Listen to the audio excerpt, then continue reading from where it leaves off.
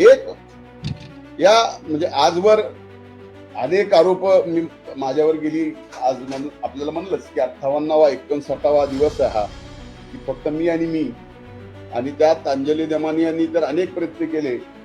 बीड जिल्ह्याला बदनाम करायचे प्रयत्न केले. त्याला बदनाम करणारे हे धनंजय मुंडे, वाल्मिक कराड, सुदर्शन घुले, कृष्णा आंधळे, विष्णू चाटे ही मंडळी आहेत.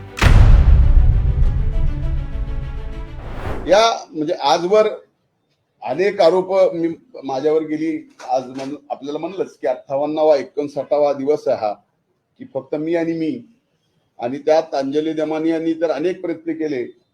बीड जिल्ह्याला बदनाम करायचे प्रयत्न केले. बीड जिल्ह्याच्या जनतेला बदनाम करायचे प्रयत्न केले. बीड जिल्ह्यात येऊन बहुजन समाजाला बदनाम करायचे प्रयत्न केले.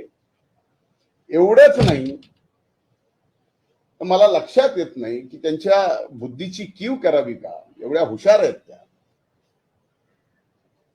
मला आजही आदर आहे, पण जे आरोपी पकडायचे राहिले त्यांचा खून झाला म्हणणं म्हणजे हा खोटारडेपणा त्यांचा बाहेर नाही आला.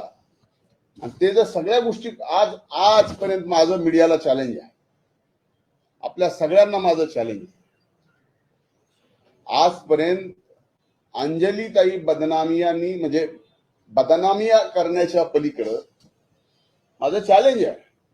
एक तरी त्यांनी केलेला आरोप या राज्यात या देशात कुठेतरी टिकलाय का आणि सत्य झालाय का?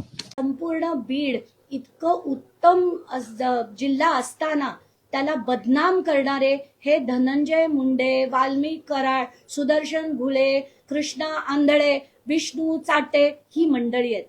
ही आणि यांच्या दहशतवादाने बीड आज इतकं बदनाम झालंय. माझ्यामुळे नाही, मी बीडला आधी लढले होते, ते सुनील केंद्रेकर यांच्या बदलीच्या वेळेस लढले होते, ऊसतोड कामगारांसाठी लढले होते, ऊसतोड जे ऊस वाहतूक संघटनेसाठी लढले होते आणि जे आम्ही केलं होतं ते 2013-14 पर्यंत केलं होतं. त्याच्यानंतर जेव्हा जेव्हा बीडला अशा ज्या घटना घडल्या तेव्हा आम्ही विषय लावून धरले होते. बदनाम करणारी माणसं आणि खरे बदनामिया हे धनंजय मुंडे आहेत, वाल्मिक कराड आहेत, सुदर्शन घुले आहेत, आम्ही नाही. आणि तुम्हाला जी टोपण नावं द्यायची आणि काहीतरी ड्रामा करून एखादं नाव शोधायचं असेल ना, हे ड्रामेबाजी आता बंद करा. आणि काम केलं असतात ना तर चांगले कृषी मंत्री झाला असतात, पण तुम्हाला ते करायचंच नव्हतं. प्रत्येक देशातनं पैसे खायचे होते.